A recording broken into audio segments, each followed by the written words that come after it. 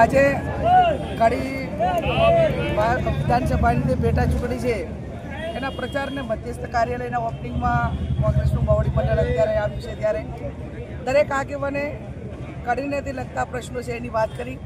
ખાસ કરીને કોંગ્રેસ પાર્ટી અત્યારે વિરોધ પક્ષમાં છે, તો ભારતીય જનતા પાર્ટીનો ભ્રષ્ટાચાર હોય, પોલીસની દાદાગીરી હોય, અસામાજિક તત્વોનો ત્રાસ હોય અને જે એક વહીવટ કરતા હોય લોકો માટે લોકોના હિતમાં કરવું પડે એ નથી કરતા. વિરોધ પક્ષ તરીકે આ તમામ જે એ લોકોની જે બદલીઓ છે એ સરકાર સુધી પહોંચાડીને વિધાનસભાનું ફ્લોર હોય, લોકસભાનું ફ્લોર હોય અને એનાથી પણ ન પતે તો ક્યાંક જ્યુડિશિયલી રીતે એનો ઓથ લઈને પણ દેશના અને કડીના લોકોને ક્યાંક ને ક્યાંય ન્યાય મળે એ માટેના પ્રયત્નો કોંગ્રેસ પાર્ટીના ભૂતકાળમાં રહ્યા છે અને આવનાર સમયમાં પણ રહેશે.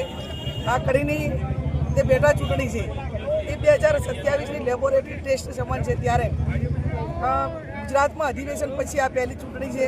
કોંગ્રેસનું મોવડી મંડળ એકજૂટ થઈને આ ચૂંટણીમાં પૂરેપૂરો દમ લગાવીને મતદારોને જે પ્રોટેક્શન આપવું પડે, જે પ્રચાર કરવો પડે એ પ્રમાણે કરી અને કોંગ્રેસના ઉમેદવારને જીતાડવાના પ્રયત્ન.